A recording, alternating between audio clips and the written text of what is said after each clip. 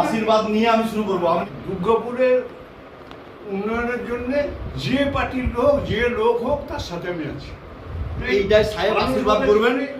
আর আপনি আমাকে যেটা হাতে ধরে শিখিয়েছেন সেটা হচ্ছে যে কলকাতায় গিয়ে কি করে কাজ আদায় করে নিয়ে আসতে হয়, এই শিক্ষা যদি কেউ শিখিয়েছে সেটা হচ্ছে আমাকে দিব। শোনা হয়তো বললাম যে দুর্গাপুরের হাতে ধরে কাজ আমি সব সময় সবার সাথে আছি।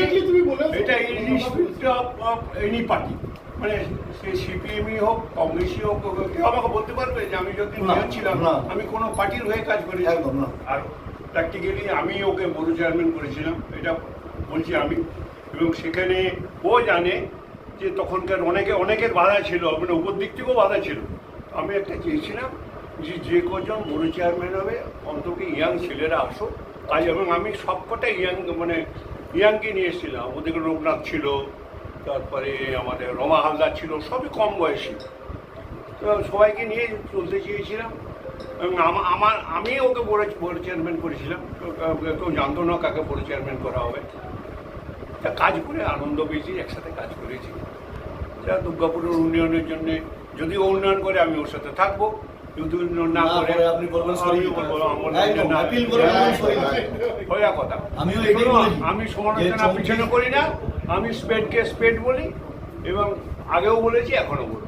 আশীর্বাদ চাই। আর তার সাথে হচ্ছে আপনার যেগুলো মানে ডেভেলপমেন্টের জন্য প্ল্যান, এখন আগে ডোর টু ডোরটা কমপ্লিট হোক, বাকি যেখানে যা গাইডলাইন দরকার হেল্প করবে। আমার থেকে দুর্গাপুর ভালো কেউ চেনেন না।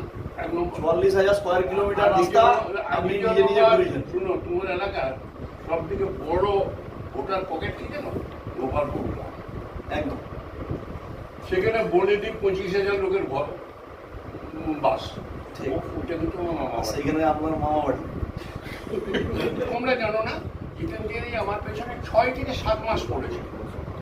মানে আমি আগে যাবো না, এর গরম, আমি ইউরোপ চলে গেলাম, ঘুরে এলাম। বলছে না আপনি একবারই করুন। শেষ পর্যন্ত যাক, ওই অরূপ বিশ্বাস এলেন, আমাকে বললো স্যার আপনাকে যেতে হবে, অরূপ বিশ্বাস যা বলবেন আপনি না করবেন না। তারপর আমি গেলাম। যা সাজেশন দেওয়ার যেটা ভালো বরাবর পেয়েছি আপনাদের। আমি যতটুকু জানি 30 1 নম্বর, আর 2 নম্বর আগে তুমি দেখো তোমার প্রতিপক্ষ খারাপ হচ্ছে। প্রতিপক্ষ আমার কাছে ইমেটেরিয়াল, আমার কাছে মানুষ। না না, মানুষ না, প্রতিপক্ষ একটা মেটেরিয়াল। এখন কি হচ্ছে সেই অনুযায়ী হবে, তাই তো? ঠিক ঠিক স্যার।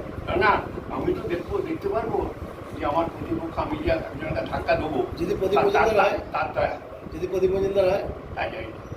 প্রতিপক্ষতা হতেই পারে, উনি মন্ত্রী আছেন, এমএলএ আছেন, এর আগে দুবার দাঁড়িয়ে। তাহলে কি একটু কঠিন হবে?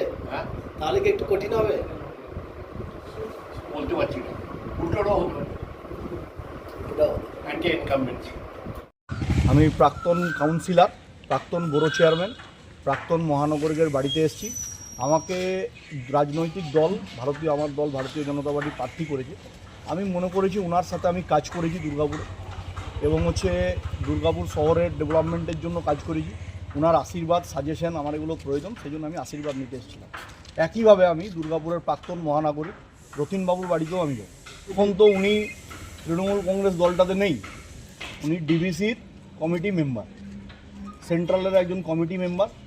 এবং আমার কাছে কিন্তু দিলীপ অগস্তি কোনো মেয়র, রাজনৈতিক দলের লোক এই হিসাবে আমি ওনার কাছে আসিনি। উনি আমার বাবার সাথে যথেষ্ট ওনার ঘনিষ্ঠতা ছিল, আমার সাথেও সেই সখ্যতা তৈরি হয় জুনিয়র থাকা সত্ত্বেও। আমার এবং জিতেন তিওয়ারির সাথে ওনার ব্যক্তিগত সম্পর্ক অত্যন্ত ভালো, পারিবারিক সম্পর্ক অত্যন্ত ভালো। আমি মাঝে মাঝে এই পরিবারে আসি। আমি ছেলেরা ওনার একজন ক্যালকাটায় থাকেন, একজন ব্যাঙ্গালোরে থাকেন, যখন বাইরে থাকেন আমি খোঁজখবর নিতে আসি। এটা এমন নয়। তো অগস্তি সাহেবের কাছে আশীর্বাদ নিলাম, সাজেশন নিলাম। উনি বললেন যে গোপালপুর গ্রামটা ভালো করে ঘোরো। উনি বললেন দুর্গাপুরের যে রাস্তাগুলো এখন তৈরি হচ্ছে, চওড়া হচ্ছে, যা বিধাননগরবাসীর কোনো উপকারে আসছে না, পার্টিকুলার কিছু মানুষের সুবিধা দেওয়ার জন্য এগুলো হচ্ছে। এখানে যারা বয়স্ক মানুষজন আছেন তারা এই রাস্তায় চলতে গেলে হোঁচট খায়, এবং আরও বিভিন্ন আমাদের পুরনো স্মৃতি নিয়ে অনেক কথা হলো। একটা যেটা বললেন যে আশীর্বাদ আছে বলে ভেতরে বসতে দিলাম, নাহলে ঢুকতে দিতাম না, এটার মানে কি? এটার মানে হচ্ছে উনি আমাকে সেই লেভেলে স্নেহ করেন, আমি এইটুকুই বলি। আমি এর মধ্যে কোনো রাজনৈতিক যোগ খুঁজি না। অবস্থি সাহেব আমাকে স্নেহ করেন, ভালোবাসেন। উনি সেই কারণেই বললেন যে উনি যদি আমি যদি ওকে স্নেহ না করতাম তাহলে তো আমি বাড়ির ভেতরে ঢুকতে দিতাম না, বাড়ির বাইরে থেকে কথা বলে ছেড়ে দিতাম। তো আমার সাথে সেই সম্পর্ক ওনার আছে এবং উনি যতদিন থাকবেন ওনার সাথে এই সম্পর্ক থাকবে।